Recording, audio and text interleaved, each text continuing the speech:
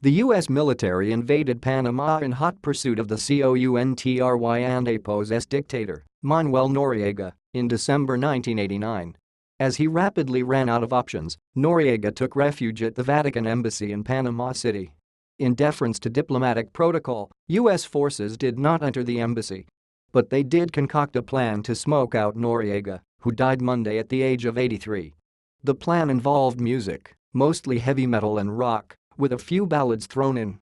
It was blasted on loudspeakers, at deafening volumes, around the clock.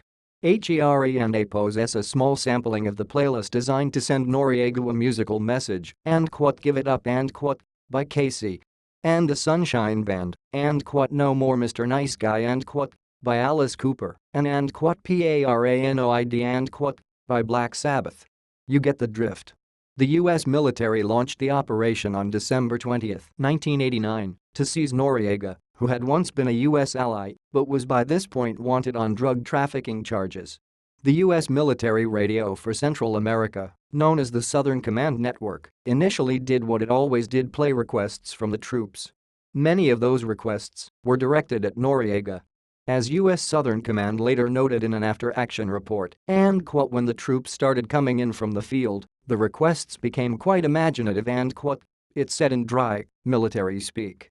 The favorites included "Welcome to the Jungle" by Guns N' and APO's, "Roses" "Wanted Dead or Alive" by Bon Jovi, and "The END" by The Doors.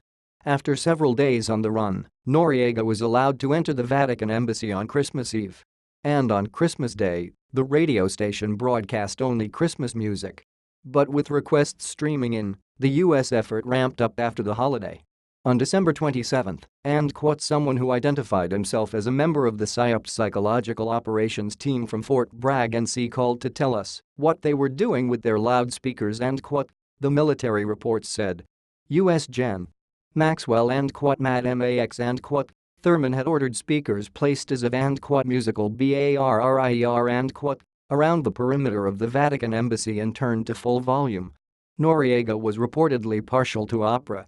What he got was Panama from Van Halen, Danger Zone from Kenny Loggins, and Refugee courtesy of Tom Petty.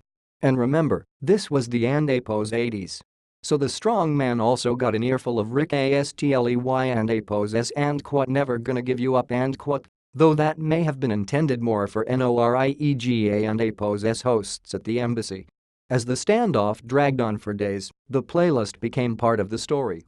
Not everyone was happy with the military and APO's approach, including the White House, and the music was stopped after several days.